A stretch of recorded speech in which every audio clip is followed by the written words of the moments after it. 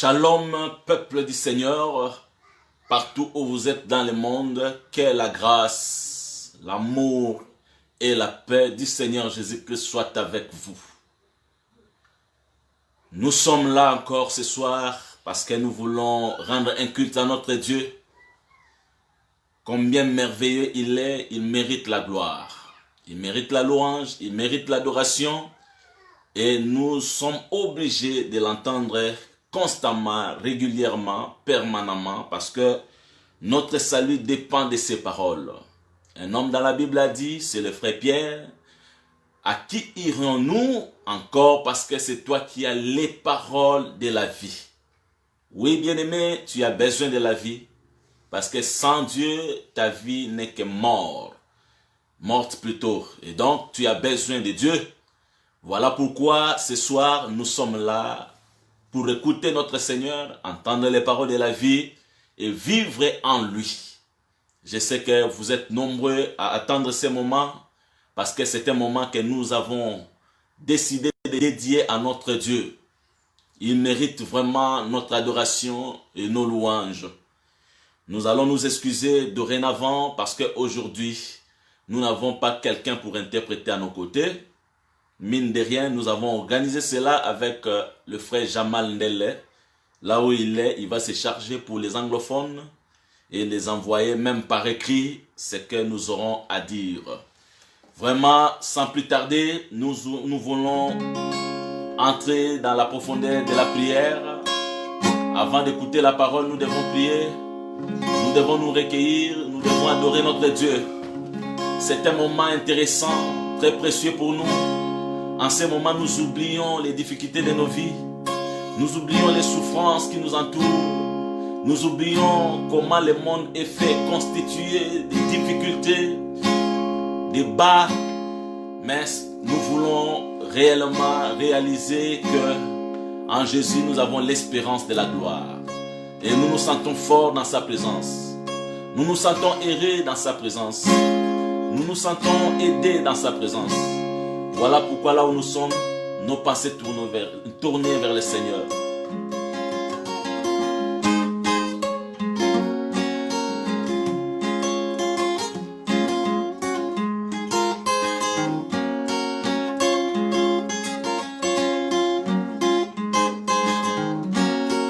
Oh Seigneur, nous voici réunis autour de toi, comme Israël autour du rocher, pour obtenir de l'eau qui coule, et l'eau qui coule, c'est ta parole, gloire à toi.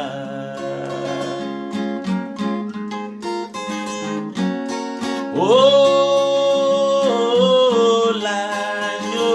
l'agneau qui règne sur les trônes, tu remplis les cieux par ta gloire et remplis nos cœurs par ta parole. Tu es roi. Merci.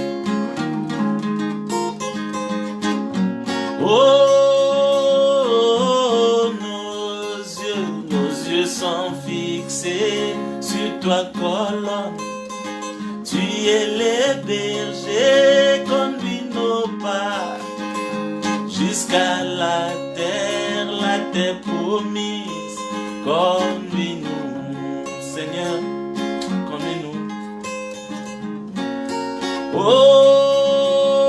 Oh, Messie, tu es le Messie, les rois puissants. Nous venons à toi avec l'encens, c'est pour t'adorer et t'écouter. Soutiens-nous. L'encens, ce sont nos prières. Seigneur, que cela soit comme un parfum de bonne odeur. Ce soir, nous te dédions nos vies, nous donnons nos cœurs.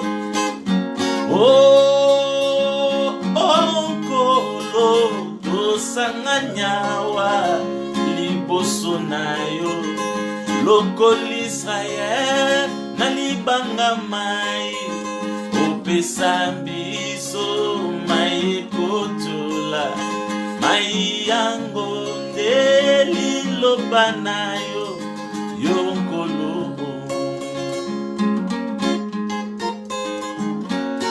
Oh mwana na mpate na kiti ya nkembo yo tondisi lola na nkembo na yo tondisa biso na liloba na yo yo nkolo. Oh miso na biso na yo likonzi yo nde mokambi tambwisa biso kino na mbokelaka memanga.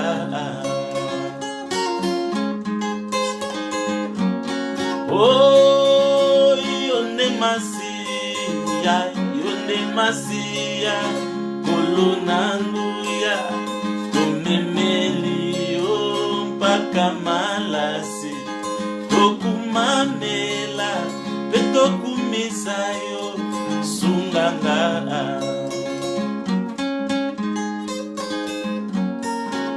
Ngai nakobanga te naza mwana Nzambe imagina ndima yango libanga monene ata bolembu naza lokola dama.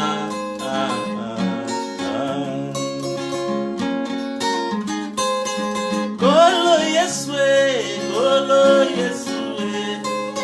Nzambe nangaye kolo Yesue kolo na pokwa lelo yo kolo Yesue wana na yene na yo kolo Yesue memanga na mboka na yo kolo Yesue laiko mwana bolembu Yesue kolo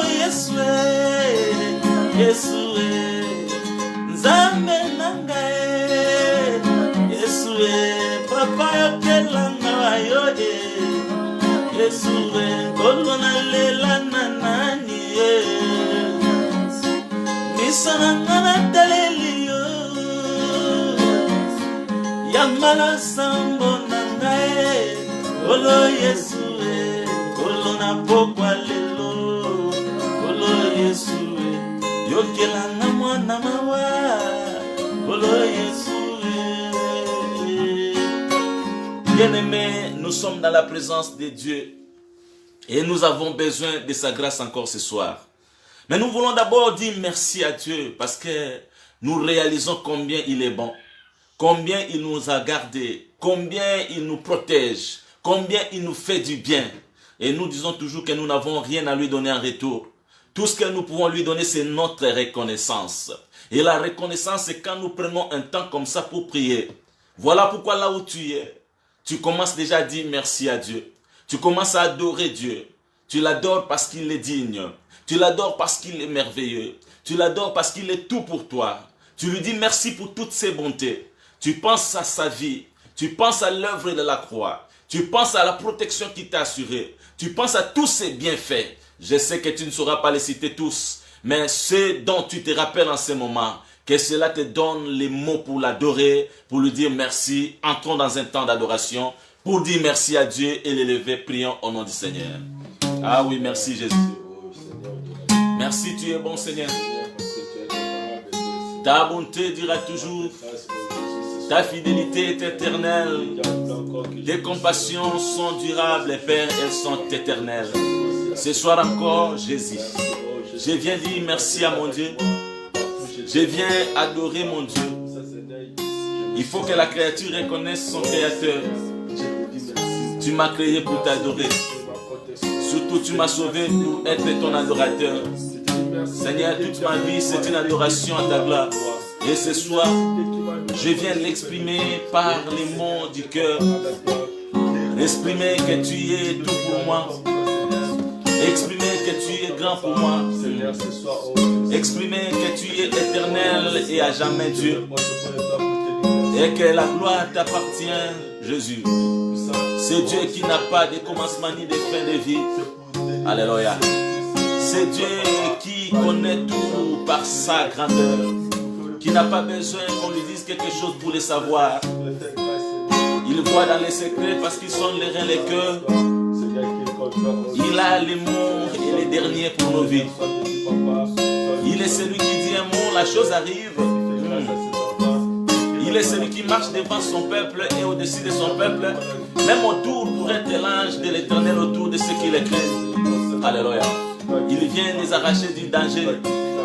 Et c'est à cause de sa grâce que nous vivons en sécurité et que nous sommes sûrs d'atteindre l'objectif. Seigneur Dieu, ce soir, reçois la gloire, reçois la louange, reçois les hommages, tu mérites cela. Oh Jésus, voilà ma confession. Il n'y a pas de Dieu en dehors de toi. Alléluia. Voilà ma confession, Jésus. Il n'y a pas d'amis fidèles comme toi. Voilà ma confession ce soir. Il n'y a pas d'un plus grand que toi. C'est la confession que je garderai, qui sera absolue dans mon cœur et personne ne peut me la retirer. Mais la retirer, Seigneur, c'est pourquoi je t'adore. Divin rocher, je t'adore. Tu m'as fait grâce ce soir. Tu m'as mené à ta table ce soir. J'ai compris que j'étais Méphibosheth, celui qui était loin de la gloire du roi, boiteux, inconsidéré. Alléluia. Mais Jésus, tu t'es souvenu de moi. Tu m'as récupéré de la boue, là où je traînais dans les péchés. Tu m'as mené autour de ta table. Je mange à la table du grand roi.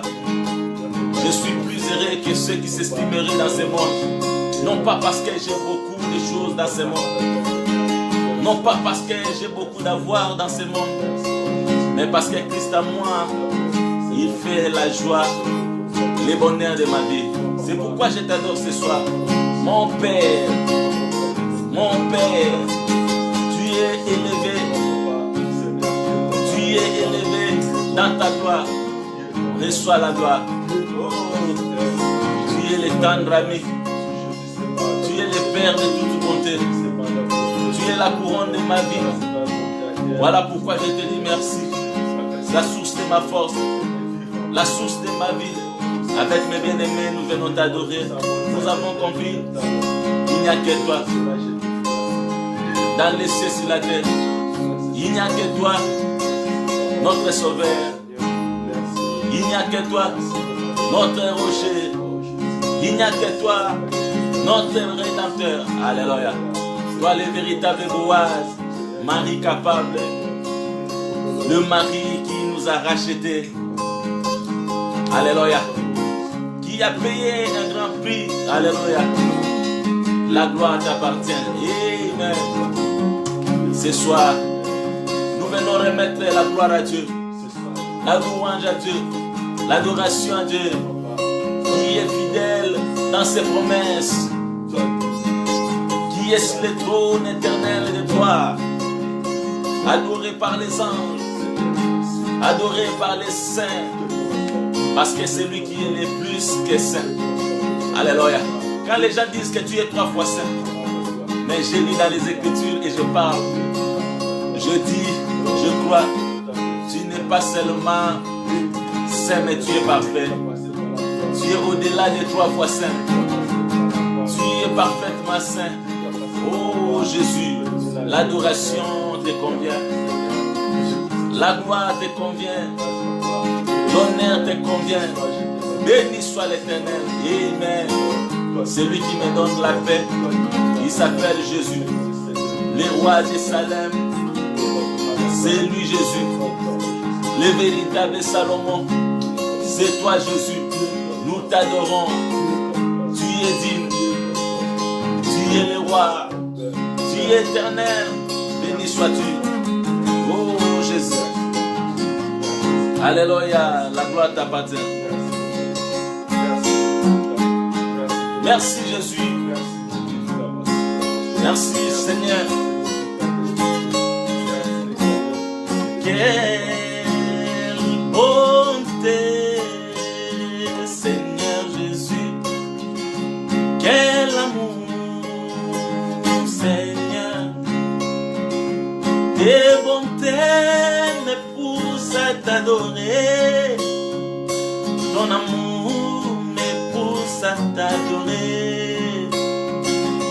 devant toi, je me prosterne.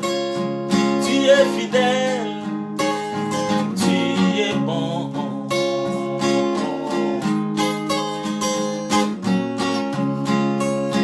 Quand je pense au sublime mystère, toi créateur, tu as pensé à moi. Tu es descendu sur la terre des hommes. Tu as pris ma place. Oh Seigneur, péché. Tu es devenu Seigneur pour me sauver. Il me faut t'adorer, t'adorer Seigneur, pour me sauver. Il me faut t'adorer. Alléluia. Tu mérites l'adoration, la gloire, la louange. Tu es fidèle dans tes promesses. L'ami qui ne ment jamais, qui est toujours en rendez-vous. Quand j'ai besoin de toi, tu es là. Alléluia. Il me faut t'adorer. Tu es mon appui, Seigneur Jésus. Tu es mon rocher, Seigneur. Oh, il me faut t'adorer. Oh, Seigneur, il faut t'élever. Alléluia. Bien-aimé, tu vas prier maintenant. Tu vas demander que le Seigneur te donne les pieds. Si tu as les pieds, que le Seigneur les affermisse. Comment tu vas arriver jusqu'à la fin de la course si tu n'as pas de pieds fermes, des pieds solides? Demande que le Seigneur puisse endurer tes pieds, qu'il puisse te donner les ailes, la force, l'amour de la parole, et que tu ne faiblisses pas dans les chemins. Que le Seigneur te soutienne. Prie pour ta foi. Que le Seigneur se révèle davantage à toi, qu'il t'enseigne ses voies. Un homme m'a dit dans la Bible, c'est David, il a dit: Éternel, que ta parole soit une lampe à mes pieds. Oui, bien-aimé, c'est ta prière ce soir. Que la parole puisse éclairer tes pieds. Que la parole affermisse tes pieds. Prions Dieu, au nom de Jésus-Christ. Fidèle éternel Père, je te prie, Seigneur, Dieu de mon salut. Je me remets entre tes mains. Alléluia. J'ai besoin de ta grâce ce soir encore. Alléluia. De plus de force, de plus de capacité. Voilà pourquoi je viens m'agenouiller à tes pieds. Je viens demander que tu affermisses, Seigneur, mes pas. Que tu affermisses mes pieds. Alors qu'on nous prêche que Seigneur, le boiteux n'entrera pas, ne marchera pas, ne va pas courir. Je te demande la force de courir. Viens affermir mes pieds. Viens rendre solide mes pieds. Viens me donner les pieds, Seigneur. La marche de la droiture. La sanctification sans laquelle personne n'aidera l'Éternel. J'ai besoin de la grâce. J'ai besoin de toi, Seigneur. Viens me secourir, mon Dieu, mon roi. Viens me soutenir dans cette marche. Je vais arriver jusqu'au bout. Je vais arriver jusqu'au bout. C'est pourquoi je me recommande entre tes mains. Tu me connais mieux que quiconque. Parfois, Seigneur Dieu, tu sais comprendre mes faiblesses plus que moi-même. Mais je te prie en ce jour. Je demande ta force. Je demande ta force, Jésus. Je demande ta force, mon rocher. Je demande ta force. Tu es mon Père. Je demande ta force. Éternel Dieu, rends mes pieds souples. Alléluia. Pour sauter, marcher, courir. Comme les pieds de la biche du Seigneur Jésus. Dans ce chemin qui est tellement difficile. Là où il y a des difficultés. Là où il y a cette puissance, Jésus, des combats. Comment courir? Comment marcher? Éternel, je demande ta force. Je demande ton zèle. Je demande tes pieds. Je demande, Seigneur, que tu me secours. Tu es mon Dieu. Alléluia. Ma vie sans toi, je ne saurais pas arriver à destination. La couronne m'attend devant. Comment je vais dire encore, Seigneur, comme Paul a dit, je combattrai mon combat de la foi. J'ai achevé la course. Désormais, la couronne m'est réservée. Oh Père, je vais combattre les bons combats. Donne-moi les ailes. Avec intelligence, la force, capacité éternelle. Remplis ma vie. Ma vie. Alléluia. Ma prière, Seigneur. Jésus, je te prie. Soutiens ma foi. Soutiens-moi par ta grâce. Ma prière d'aujourd'hui, écoute-la, ô Seigneur. Ne la rejette pas. C'est toi mon Dieu et mon roi. À toi ma confiance, mon espoir et ma foi. Auprès de qui encore dirais-je, ô Seigneur. C'est toi qui as les paroles, les promesses de la vie.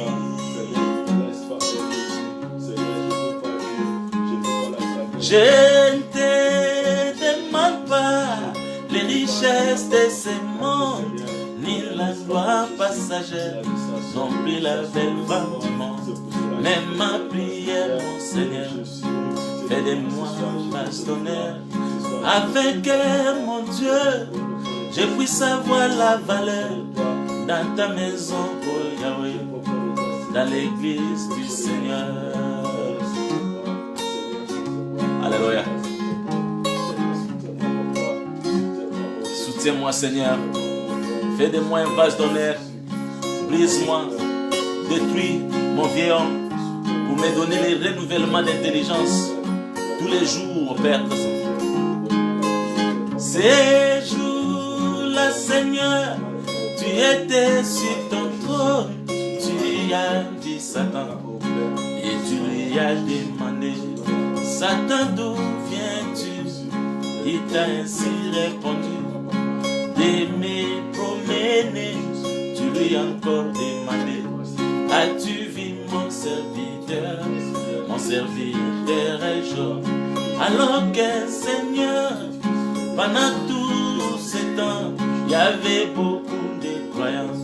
Mais comme Anselme Job, il était bastonné. C'est ainsi que ma prière fait de moi bastonnaire, Seigneur mon Dieu, afin que mon Dieu, je puisse avoir la valeur dans ta maison, oh Yahweh, dans l'église du Seigneur. La force Jésus, je demande ta force, je recherche ta force, mon Dieu, fais-moi grâce, donne-moi ta force. Aide-moi à marcher dans la droiture, à arriver au bout, à marcher avec force, à marcher avec persévérance. Que rien ne me sépare de toi, mais que ta seule grâce me soutienne. Oh Père, que ta parole soit vie à moi, que ta parole soit manifeste à moi. Je t'en prie, Seigneur, accorde-moi ta force. La force vient de toi, la capacité vient de toi. Je t'en prie, Seigneur, au nom du Seigneur Jésus-Christ.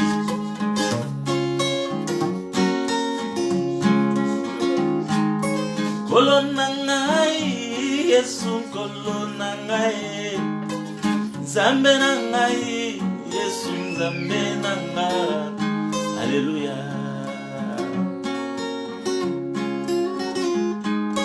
Kolonangai, Yesu kolonangai, Zambe nangai, Yesu zambe nangai. Alléluia. Oh Seigneur, ce soir, nous te prions, Éternel. Nous sommes là parce que tu nous as appelés, parce que tu nous as réunis. C'est toi qui nous connais avec nos manquements. Et c'est toi celle qui peut nous purifier par ta parole. Que la parole, le message de ce soir, vienne nous donner encore plus de force. Vienne pourvoir à nos pieds. Vienne pour pouvoir, Seigneur, nous aider dans la marche. Il n'y a que toi qui nous connais mieux. Il n'y a que toi qui peux parler à tous. Nous te demandons grâce au nom du Seigneur Jésus-Christ. Amen. Shalom une fois encore, peuple de Dieu. Nous sommes heureux ce soir parce que ce n'est pas autour de la table d'un homme, dressé par un homme, que nous sommes réunis. Mais c'est autour de la table que le Seigneur lui-même a dressé pour nous nourrir. Et donc, nous sommes heureux parce que nous sommes les invités par la grâce.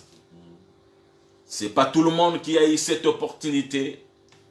Ce n'est pas tout le monde qui est là pour écouter la parole. Ce n'est pas tout le monde qui a reçu la grâce de prier ce soir. Si nous avons reçu cette grâce, ce n'est pas que nous sommes meilleurs, frères. Mais c'est simplement parce que le Seigneur a voulu nous faire grâce. La grâce, c'est tout ce qu'on ne demande pas. C'est tout ce qu'on ne cherche pas. C'est ce dont on ne fait pas beaucoup d'efforts ou encore même un effort pour avoir. Mais la grâce, c'est celui qui le fait, qui s'approche de vous et qui vous l'accorde. Je crois fermement que nous sommes heureux parce que le Seigneur nous a jugés dignes d'écouter la parole de ce soir. Sans plus tarder, nous prenons nos textes. Je vais prendre le livre de Lévitique 21. Je suis au verset 18. Je lis au nom du Seigneur. Il est écrit: tout homme qui aura un défaut corporel ne pourra s'approcher. Un homme aveugle, boiteux, ayant le nez camus ou un membre allongé. Permettez que je prenne une autre écriture, ce que j'appelle moi l'écriture de base par rapport à notre thème que nous exploitons. C'est Matthieu 9, verset 35. Là, il est écrit: Jésus parcourait toutes les villes et les villages, enseignant dans les synagogues, prêchant la bonne nouvelle du royaume et guérissant toute maladie et toute infirmité. Que le Seigneur ajoute l'explication à la lecture de sa parole. Amen. Vous allez devoir nous supporter au nom du Seigneur parce que nous n'avons pas un interprète à nos côtés. Nous allons parler un peu lentement pour permettre aux frères qui traduisent de le faire aussi avec beaucoup de facilité. Nous sommes en train de parler de Jésus qui guérissait toute maladie, toute infirmité. Et ce soir, nous sommes déjà en train d'exploiter les cas d'infirmité. Nous avons parlé en long et en large sur l'aveuglement et nous sommes maintenant en train de parler du boiteux. Parce que ce sont là aussi des cas d'infirmité que Jésus guérissait. L'intérêt de notre sujet, bien-aimé, c'est de ne pas bourrer le peuple de Dieu de la simple connaissance, mais c'est de réveiller l'espoir dans le cœur du peuple de Dieu. Que le peuple de Dieu comprenne que Jésus, c'est le Dieu du ciel et de la terre. Il est le même hier, aujourd'hui et éternellement. Ce qu'il a fait hier, il a la capacité de le faire aujourd'hui et il pourra le faire demain. Comme il a guéri hier, aujourd'hui, ce soir, il a la capacité de guérir aussi. S'il vous plaît, bien-aimés, comme Jésus guérissait toute maladie, toute infirmité, je vais te dire de prime abord que Dieu est capable de guérir toute maladie dans ta vie. Toute situation qui est une maladie, il pourra guérir. Pas seulement la maladie, il a aussi la capacité de guérir même l'infirmité. C'est-à-dire, quand la situation devient telle que tu te dis, il n'y a plus d'espoir dans ce monde, tel que personne ne peut te proposer une solution, dans ces cas-là, Dieu est capable d'agir. Tu n'as pas le droit de perdre l'espoir. Tant que tu as encore la respiration dans tes narines, crois que Jésus est vivant, il est bon pour toi, il peut agir quel que soit le problème. C'est ça l'intérêt de ce message. Mais nous sommes allés un peu en détail et ce soir nous allons exhorter un tout petit peu parlant des cas d'infirmité que Jésus guérissait. Parce que ça cache beaucoup de mystères. Un boiteux, nous avons dit que c'est quelqu'un qui ne sait pas bien marcher. Il ne peut pas marcher dans la droiture. Pourquoi il ne peut pas marcher dans la droiture? Parce qu'il n'a pas les pieds, soit qu'il a un pied en difformité. C'est que pour Dieu, quand quelqu'un a un pied en difformité, même s'il manque tous les pieds, il est considéré comme un boiteux. Et dans la loi, un boiteux ne peut pas s'approcher de l'autel.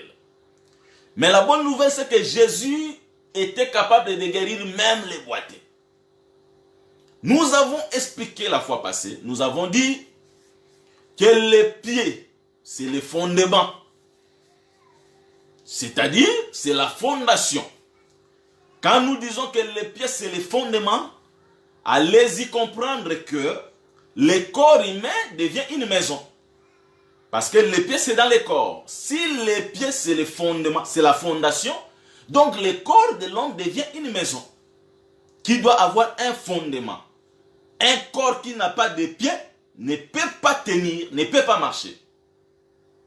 C'est ce que nous avons dit la fois passée. Aujourd'hui, nous voulons amener quelque chose, dire au peuple de Dieu, comme nous avons dit que les pieds servent à marcher, les pieds servent à courir, mais ce soir, nous voulons dire que les pieds servent aussi à se tenir debout. C'est que si tu n'as pas de pieds, tu ne peux pas tenir debout. Tu vas tomber, tu dois chercher un appui, alors que le corps doit se suffire. C'est pour dire que celui qui manque de pieds, ou celui qui n'a qu'un seul pied, ne peut pas se tenir debout. Parce qu'en Dieu, il n'y a pas de 50%. Soit qu'on a des pieds, soit qu'on n'en a pas. Si on a un pied en forme, un autre qui n'est pas en forme, c'est qu'on a un problème de pied, donc on est boiteux. Et par conséquent, un boiteux ne peut pas se tenir debout convenablement. Épargnez-nous de l'idée selon laquelle nous sommes en train de parler de boiteux physique. Parce que ici, nous ne parlons pas de boiteux physique, mais nous parlons de boiteux spirituel. Et retenez bien parce qu'aujourd'hui, je serai très clair encore. Les pieds, c'est le fondement, la fondation du corps. Donc, le corps, je viens de dire tantôt, c'est toute une maison. Quelqu'un va dire, tu as ramassé ça où? Nous disons toujours que nous ne raisonnons pas dans les choses de Dieu. Laissez les Écritures raisonner elles-mêmes.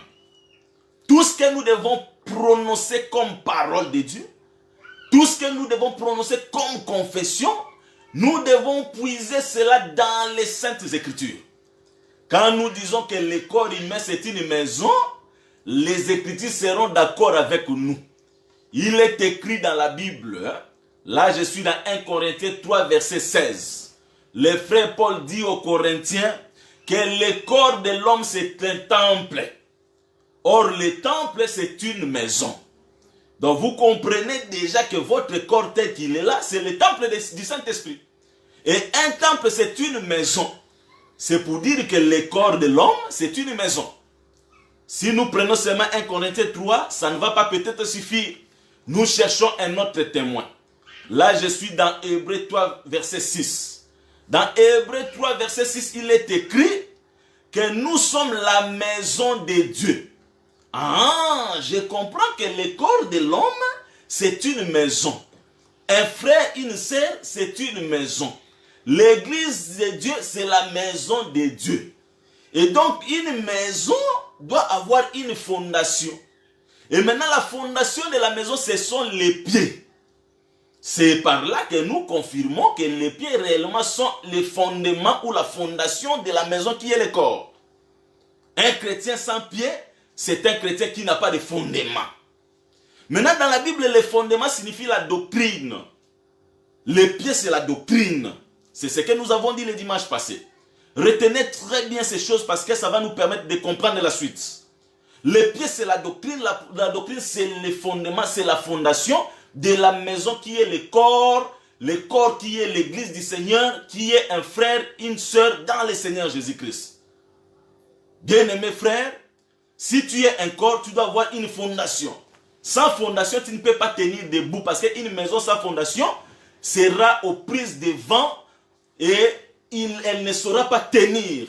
Elle va basculer, elle va s'écrouler. C'est par là que nous disons que tout chrétien, étant la maison de Dieu, doit se tenir aussi debout. Mais pour se tenir debout, il a besoin des pieds. Or, les pieds, nous avons dit, c'est le fondement, c'est la fondation. Mais laissez-moi d'abord raisonner un peu avec les Écritures.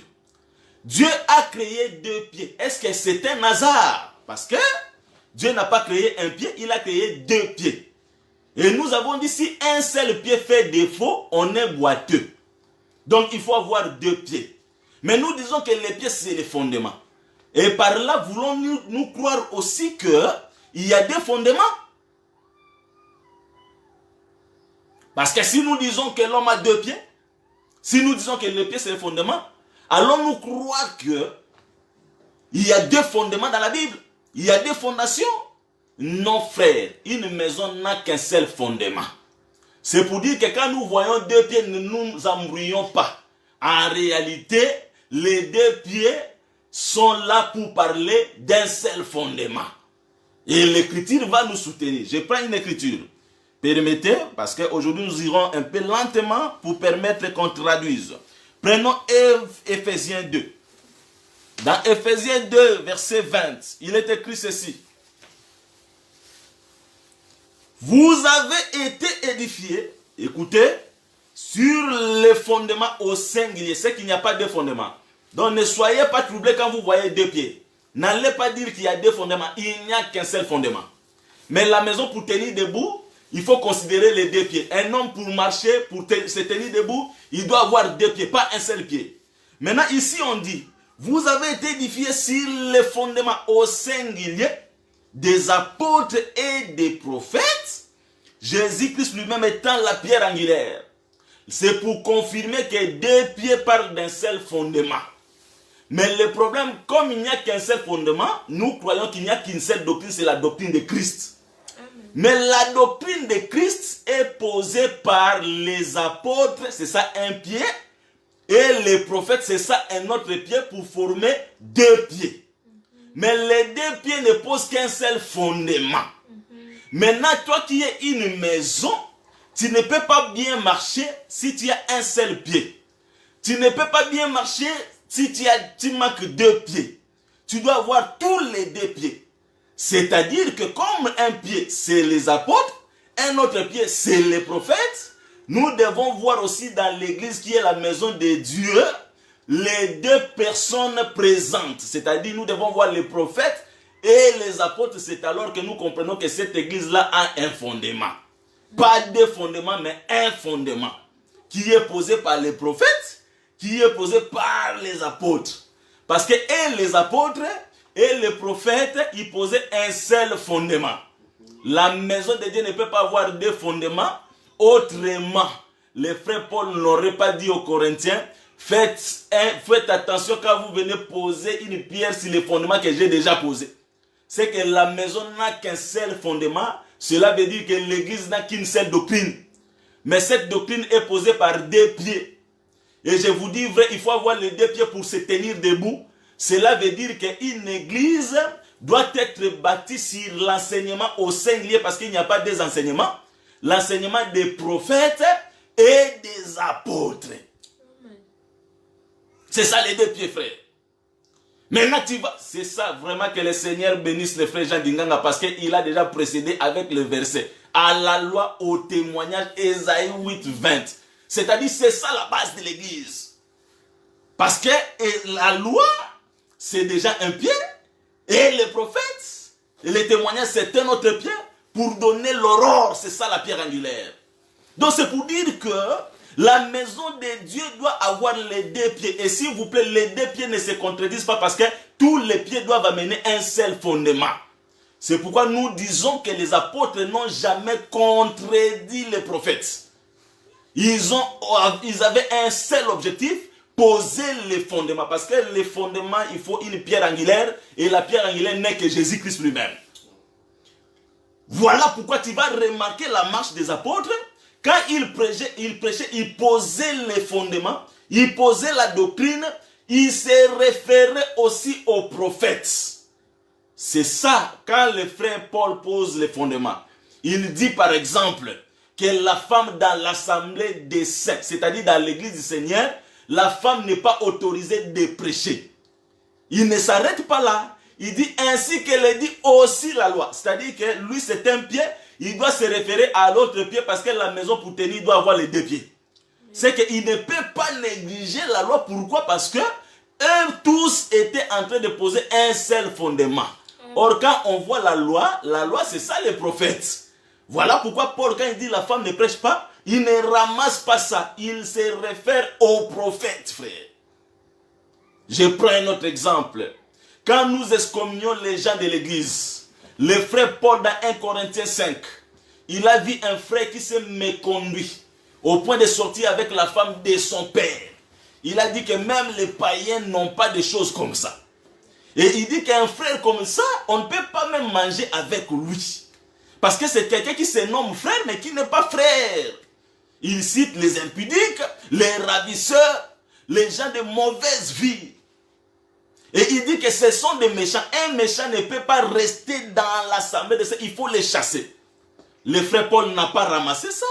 Il le fait par rapport à Lévitique 13 qui parlait du lépreux. Quand quelqu'un devient lépreux, c'est comme quelqu'un qui est méchant, il va contaminer les autres. Il ne peut pas rester parmi vous, il est méchant, il faut les chasser hors du camp. C'est pourquoi le frère Paul a exhorté, il a dit aux Corinthiens, il faut chasser ses frères hors du camp. Il ne peut même pas manger avec vous.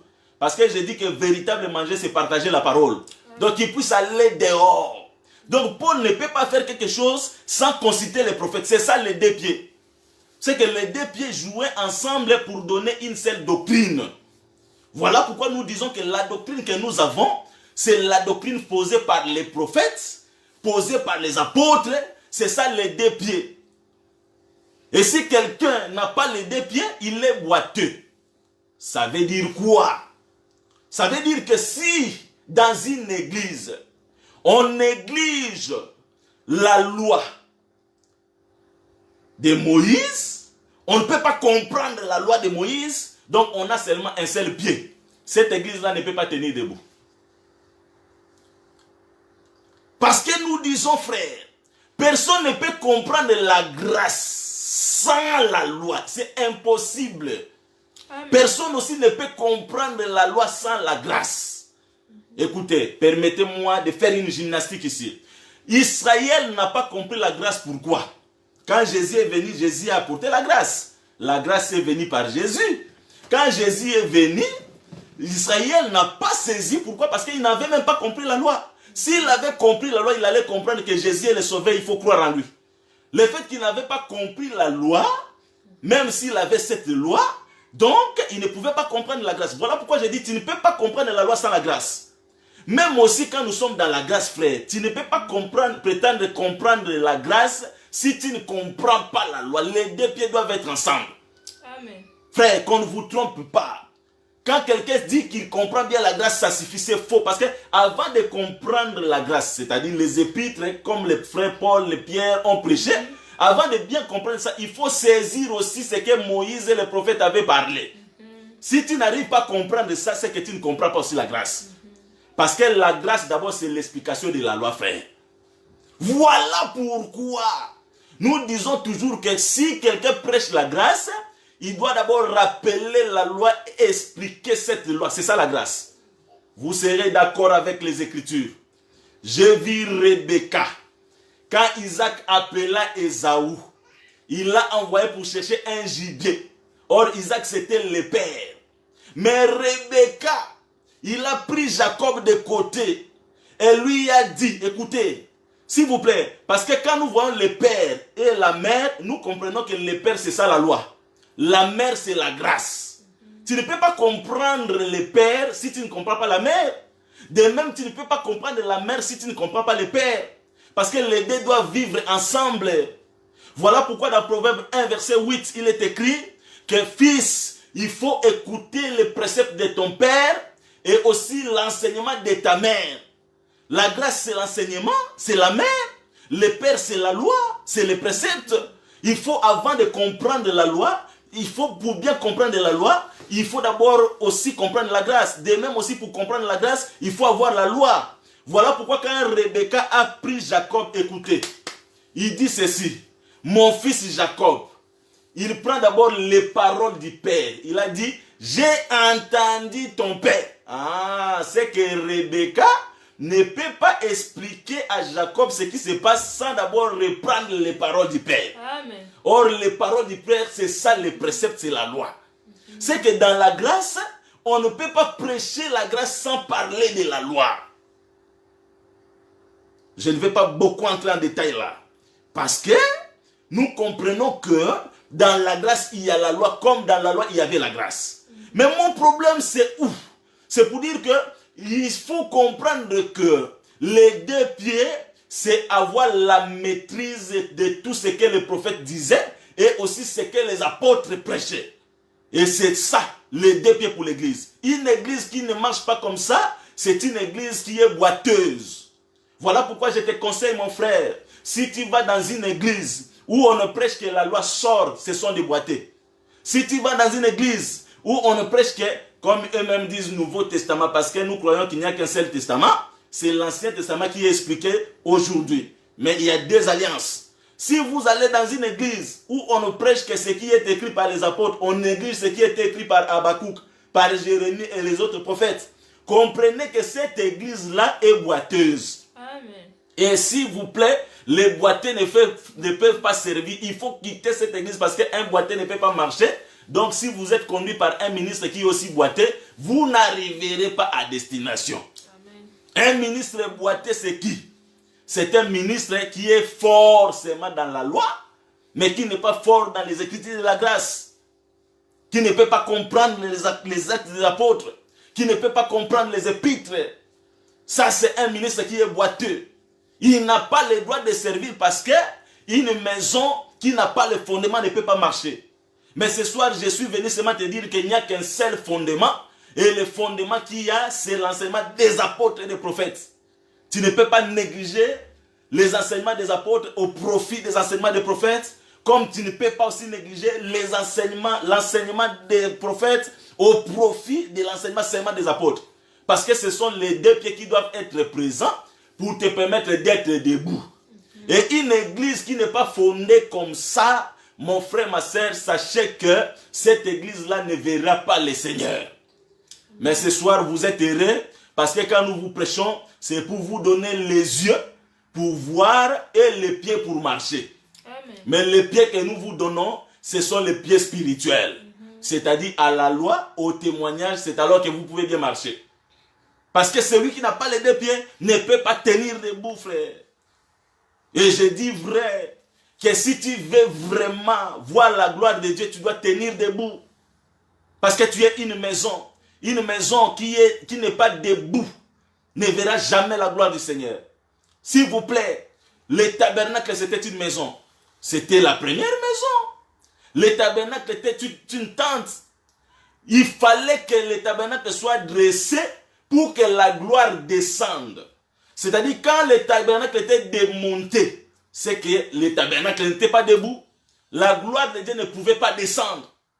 Parce que la gloire ne peut descendre que si la maison est debout. Je te dis que tu es une maison, je suis une maison. Si seulement le tabernacle est debout, c'est alors que la gloire viendra du ciel et descendra sur le tabernacle. Quand aussi Salomon a construit le temple, après avoir construit le temple, la Bible dit que la gloire est descendue. Pourquoi? Parce que le temple était fini. C'est-à-dire que pour que la gloire descende, il faut que le tabernacle soit debout, dressé, il faut que le temple soit construit, fini. C'est en ce moment-là que la gloire viendra du ciel et descendra. Amen. Oh, quand nous parlons du tabernacle, nous parlons du temple. Le véritable, c'est le Seigneur Jésus-Christ. Quand Jésus est venu, remarquez, il est allé aux eaux de baptême. Dans les eaux, la gloire ne pouvait pas descendre. Quand il est sorti des eaux, il s'est mis debout. La Bible dit que la colombe est descendue. Parce que la colombe, c'est la gloire qui vient du ciel.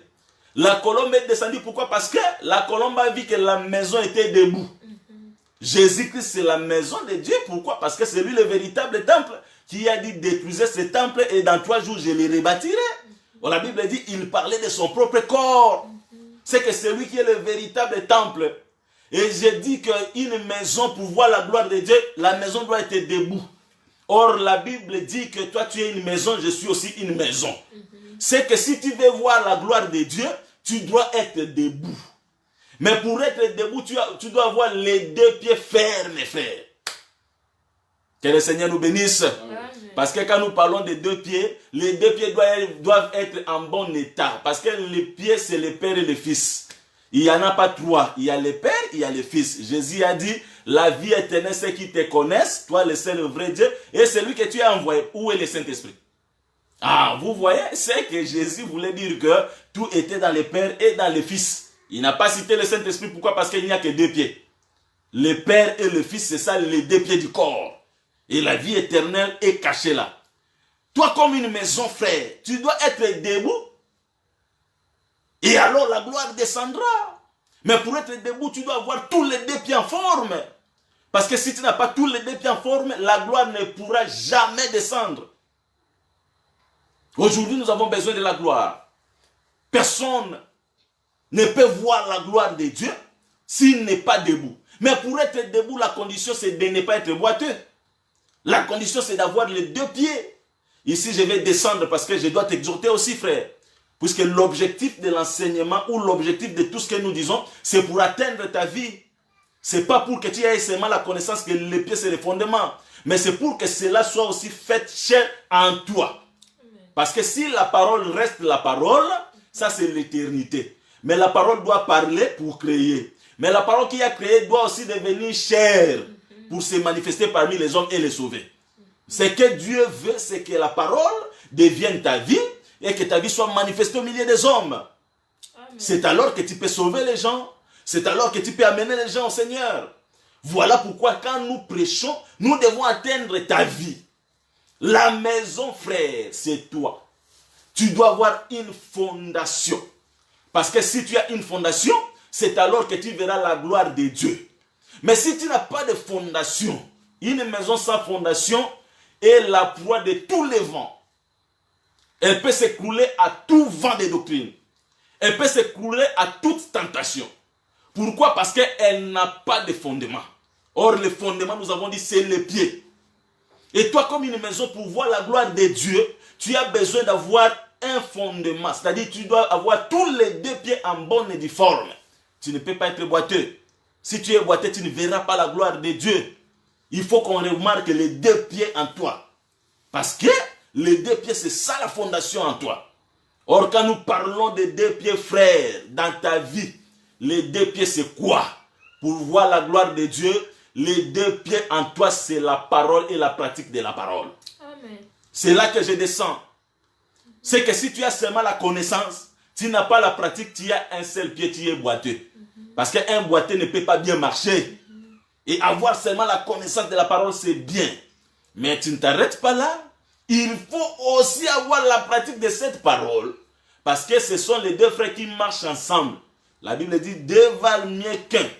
C'est pour dire que si tu as seulement quelque chose, c'est que tu as seulement un pied. Et chez Dieu, 50% ne compte pas. Les deux pieds, c'est ça qui te permettra d'être debout. Et alors la gloire descendra du ciel et viendra. Tu as besoin de la gloire de Dieu, oui c'est bien. Mais pour voir la gloire de Dieu, il faut avoir les deux pieds. Nous ne voyons pas la main de Dieu en nous. Pourquoi? Parce que nous manquons les deux pieds en forme. Tu as la prière, c'est bien. Comment tu peux avoir la pratique de la parole sans d'abord la connaissance? Parce que nous disons que personne ne peut craindre de Dieu s'il ne connaît pas Dieu. La vie éternelle, c'est qu'ils te connaissent. Toi, le seul vrai Dieu, c'est lui que tu... C'est que la vie éternelle est dans la connaissance. La connaissance ne vient pas pour rester dans la tête. Mais la connaissance vient pour pouvoir aussi affermir les pieds et marcher.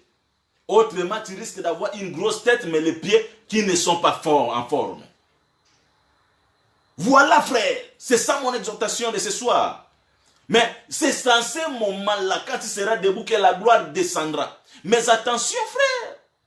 Les deux pieds, c'est aussi la prière et la parole.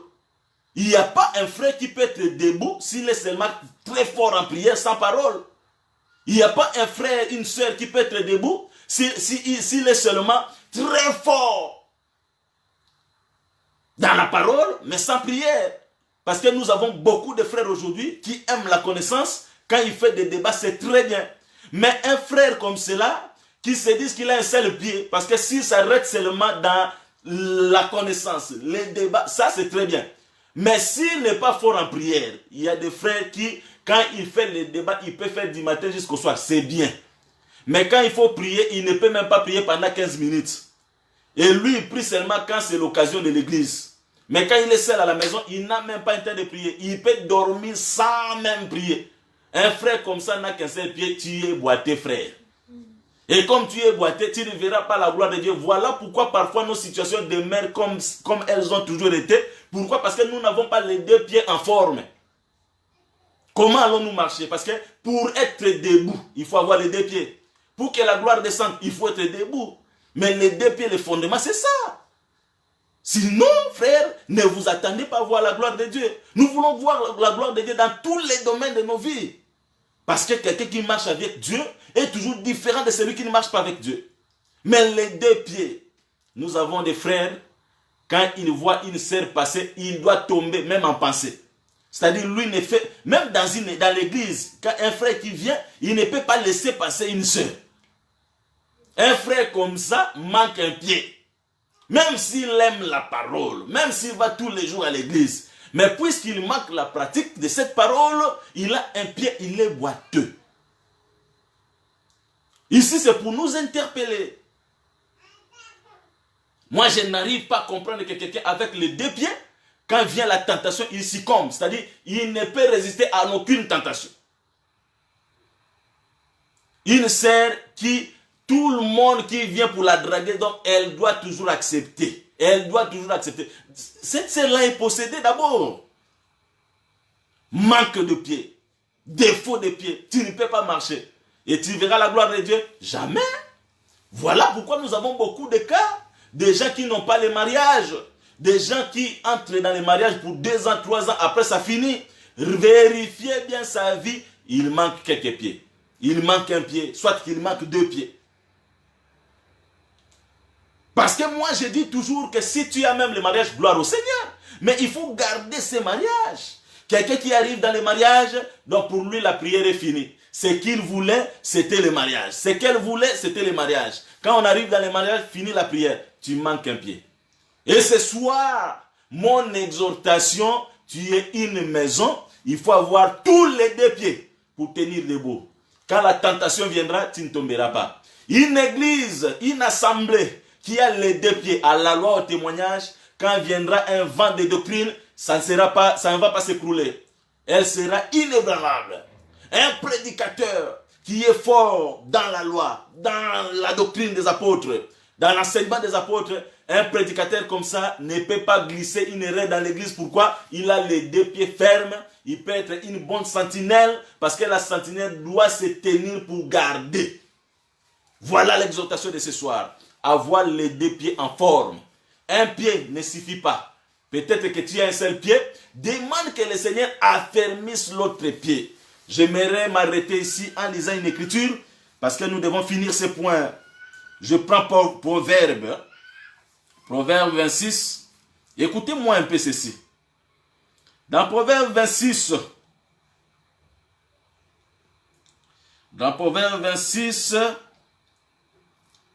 je cherche une écriture ici. La Bible dit ceci. Je suis dans le verset 7. Voilà. Comme les jambes du boiteux sont faibles, ainsi est une sentence dans la bouche des insensés. Si le Seigneur nous fait grâce, la fois prochaine, nous viendrons expliquer comment les jambes peuvent être la sentence dans la bouche des insensés. Mais ce soir, comme les jambes du boiteux sont faibles, c'est que le boiteux peut avoir les jambes, mais ses jambes sont faibles. Ainsi, si un frère est faible sur un point, c'est-à-dire il est faible en prière, c'est qu'il a une jambe faible. Il est faible dans la connaissance, il a une jambe faible, donc il est boiteux. Et sachez qu'un boiteux ne peut pas servir. Voilà pourquoi si nous appliquons cette rigueur, pour que même les prédicateurs, qui ne puissent pas être des boiteux, même le frère, les sœurs, ils ne sont pas des boiteux, en tout cas nous serons une église forte. C'est pourquoi ce soir, mon exhortation, c'est pour que le Seigneur affermisse nos pieds. Je sais que nous avons des manquements, nous avons des défauts, mais le Seigneur guérissait toute maladie, toute infirmité. C'est que le Seigneur a la capacité de faire que là où tu étais faible, que tu deviennes fort. Sache que si tu as une jambe faible, tu es boiteux. Donc tu ne peux pas bien marcher, tu n'as pas le droit de t'approcher de l'autel. Mais grâce soit rendue au Seigneur, parce que ce soir, même si j'étais boiteux, mais puisque le Seigneur guérissait, je viens seulement. Et je lui dis ce soir, Seigneur, guéris-moi. Je vous dis vrai, le salut ne dépend pas de nos jeûnes, de nos prières. Mais ce que le Seigneur requiert, c'est la décision. Et la décision, c'est ça la foi. Il faut parfois arriver à prendre des décisions dans la vie. Dire que je ne priais pas beaucoup, je me donne une discipline. Le Seigneur aime ça. Et il va te seconder dans cette discipline. Tu ne vas pas toujours prier, Seigneur, donne-moi la vie de prière, alors que tu n'as même pas une discipline que tu te fais et tu penses que tu deviendras fort. Non. Le Seigneur a besoin de faire un pas, il va continuer avec toi. D'ailleurs, celui qui fera ce pas, c'est toi, mais tu le fais par le Seigneur. Quand il devrait traverser dans le Jourdain, le Seigneur a dit que les sacrificateurs posent premier les pieds. Là, les os ne se sont pas encore déchirés. C'est-à-dire que quand ils ont posé, c'est à ce moment que les os se sont divisés. Donc je vais te dire ce soir qu'il faut d'abord commencer par poser les pieds. Fais quelque chose. C'est alors que le Seigneur va te secourir pour le reste. Amen. Si tu attends un miracle, tu n'attends pas le miracle bras croisés. Tu ne pries pas, mais tu attends le miracle. Tu vas mourir pauvre, pourquoi pas? Parce que le Seigneur t'a appelé à être pauvre, mais parce que tu n'as pas compris que la vie chrétienne, c'est une discipline. Il faut savoir refuser ce qu'on doit refuser et faire ce qu'on doit faire. Pose les pieds premiers, parce que le Jourdain va se diviser à partir des pieds. Voilà pourquoi je dis, il faut que les sacrificateurs puissent avoir des pieds. Tu es un sacrificateur, tu peux porter l'arche. Mais quand le Seigneur dit, posez vos pieds, si tu ne poses pas la plante du pied, non frère, les os ne vont pas se diviser. Aujourd'hui, dans ta vie, tu as besoin de voir aussi les os divisés. Tu as besoin de voir un chemin dans les os. Tu as besoin de passer là où personne ne peut passer. Le miracle, il faut faire quelque chose. Je dis vrai, la foi, c'est quand quelqu'un... La foi se démontre. On démontre la foi. La foi, c'est une démonstration. C'est ça, Hébreux 11. Si tu ne démontres pas, tu ne feras jamais un acte de foi. Tu as besoin que le Seigneur agisse avec toi. Mais pose d'abord un acte. L'acte, c'est la discipline. L'acte, c'est la décision. C'est alors que tu verras la gloire de Dieu. Une maison qui n'est pas debout ne verra jamais la gloire de Dieu. J'ai dit que c'était l'exhortation et je crois que le Seigneur t'a édifié ce soir. En peu de mots, nous voulons dire, soyons debout mes frères, parce qu'on n'attend pas l'enlèvement endormi.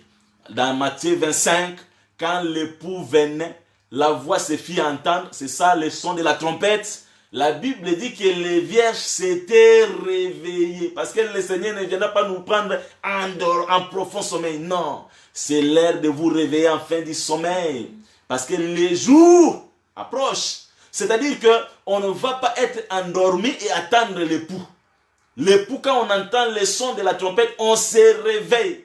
Mais quand on se réveille, on se met debout. C'est que les pieds sont très importants. Peut-être que tu dormais, mais ce soir, réveille-toi. Et mets-toi sur les pieds. C'est ça. Le Seigneur va s'occuper du reste. Que le Seigneur nous bénisse. Prenons le temps de prier. Amen. Je veux que tu pries. Quand nous prêchons, le Seigneur nous parle. Le Seigneur nous dit ce qui nous manque. Là où tu es, tu pries pour ce qui te manque. Tu veux prendre une décision, dans quelques secondes, parle au Seigneur. Tu manques la prière, c'est un pied que tu manques, parle au Seigneur. Tu manques de beaucoup gêner, c'est un pied que tu manques, parle au Seigneur. Tu manques la connaissance, c'est un pied, parce que Jésus guérissait toute maladie, toute infirmité. Le Seigneur te guérira, prions le Seigneur. Seigneur, oh Jésus. Alléluia. Jésus-Christ.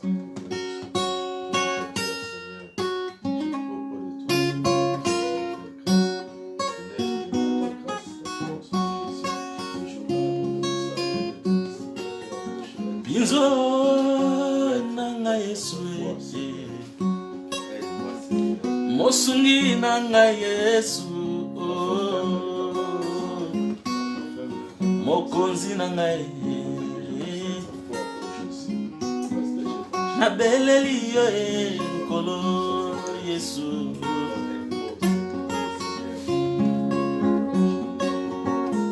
Nanyango asunga ngai Yahweh kozanga makolo ngana kolela na yo nazanga miso ngana koluka se yo nazanga makasi na kozonga na yo ekolo sunganga mwana Nzambe olo Yesu nanga pesanga makolo na salela yo pesanga makolo ngana landa se yo nalanda yo les pieds, Seigneur. Il n'y a que toi qui peux donner les pieds à celui qui en manque. Il n'y a que toi qui peux donner les ailes à celui qui n'a pas des ailes. Il n'y a que toi qui peux donner la force à celui qui est faible. Il n'y a que toi qui peux aider quelqu'un qui ne sait pas bien marcher à commencer à bien marcher. Ce soir, nous te prions. Ce soir, nous t'implorons. Accorde-nous ce qui nous manque. Là où nous avons des manquements, nous voulons devenir forts. Parfois, nous n'arrivons pas à résister au diable jusqu'au sang. Parfois, nous acceptons ce qu'il ne faut pas accepter. Parfois, Seigneur, nous faisons ce qu'il ne faut pas faire, simplement parce que les pieds sont tellement faibles. Mais ce soir, nous te prions d'affermir nos pieds, de fortifier nos pieds et de faire que les pieds deviennent solides. C'est alors que nous serons debout. Éternel, soutiens tout celui qui a besoin de voir ta main, tout celui qui est sur le point d'une décision, tout celui qui prend une décision. Éternel, fais grâce au nom du Seigneur Jésus-Christ. Amen. Oui, bien-aimés, nous sommes très contents parce que nous arrivons à la fin par la grâce de Dieu. À chaque jour suffit sa peine. Aujourd'hui, ainsi a voulu le Seigneur. Et c'est la nourriture du jour. Que le Seigneur vous bénisse. Vous qui avez été nombreux en ligne, vous qui nous suivez toujours, que le Seigneur vous bénisse. L'annonce pour l'église de Pérou, l'assemblée de Pérou à Cape Town, nous allons les passer, ou toutes les annonces, nous allons les passer sur WhatsApp. Du reste, que le Seigneur vous bénisse. Passez une bonne soirée. Au nom du Seigneur Jésus-Christ. Amen. Amen.